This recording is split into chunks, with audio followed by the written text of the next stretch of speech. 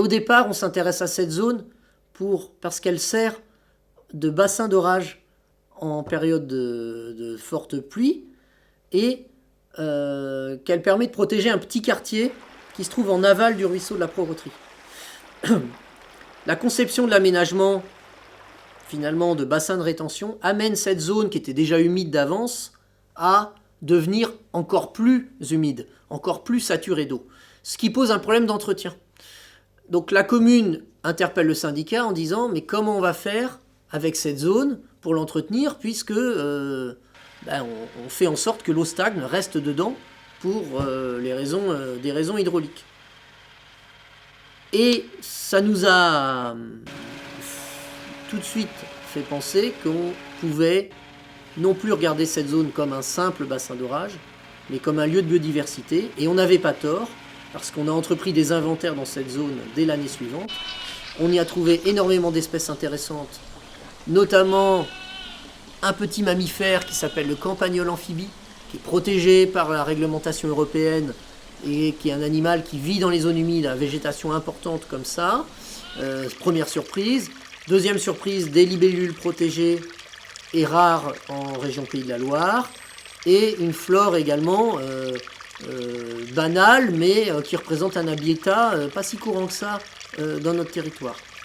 Tout ça mis bout à bout, d'un bassin d'orage, on s'est dit qu'on avait là, sous nos yeux, une zone humide avec un vrai potentiel de biodiversité et de découverte pédagogique, parce que sa position dans le centre du bourg, à proximité des écoles, c'était le terrain idéal pour sensibiliser la population et surtout les enfants à la découverte de la nature.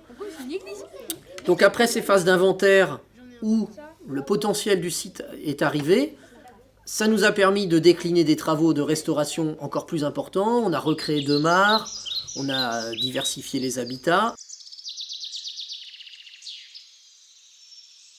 Et de concevoir les aménagements de découverte, alors principalement donc de circulation piétonne via les plattelages en bois, le petit quai de découverte de la mare qui se trouve au nord du site, et puis de concevoir des cheminements.